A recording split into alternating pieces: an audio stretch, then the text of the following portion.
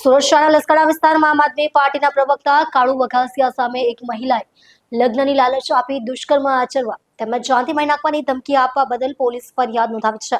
પીડિતાએ Laskana police સ્ટેશનમાં આપેલી ફરિયાદમાં ગંભીર આક્ષેપો કર્યા. પીડિત મહિલાએ પોલીસને જણાવ્યું કે કાળુ વઘાસિયાએ પોતાની પત્નીને છૂટાછેડા આપી દીધા હોવાનું કહીને તેની સાથે લગ્ન કરવાની લાલચ આપી હતી. આ વિશ્વાસે તેમણે મહિલાનું શારીરિક શોષણ કર્યું. ફરિયાદ મુજબ વઘાસિયાએ પીડિતાના ઘરે તેમજ વિવિધ હોટલોમાં તેની સાથે દુષ્કર્મ આચર્યોનો આરોપ લગાવ્યો છે. ત્યારબાદ જ્યારે મહિલાએ લગ્ન માટે દબાણ કર્યું ત્યારે કાળુ વઘાસિયાએ સ્પષ્ટ ઇનકાર કરી દીધો. એટલું જ નહીં, તેમણે મહિલાને તુષાર ગેલાણી જેવો કાંડ કરવાની પણ ધમકી આપી, જેના કારણે પીડિતા ભયભીત બની હતી. લાંબા સમય સુધી ત્રાસ અને ધમકીઓ સહન કર્યા બાદ કંટાળીને મહિલાએ લસકાણા પોલીસ સ્ટેશનનો સંપર્ક કર્યો હતો. પોલીસે ફરિયાદ નોંધીને વધુ તપાસ શરૂ કરી દીધી છે. આ મામલે હજુ સુધી કાળુ વઘાસિયા અથવા આમ આદમી પાર્ટી તરફથી કોઈ સત્તાવાર નિવેદન આપ્યું નથી.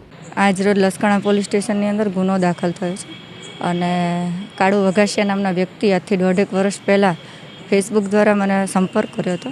સંપર્ક કર્યા પછી વારંવાર મારી સાથે લગ્નની લાલચ આપી અને શરીર સંબંધ બાંધ્યા છે. અને જ્યારે પણ આપણે લગ્નની વાત કરી ત્યારે હરેક વખત એવું કીધું છે કે હું રાજકીય છું, તારાથી કંઈ જ નહીં થાય.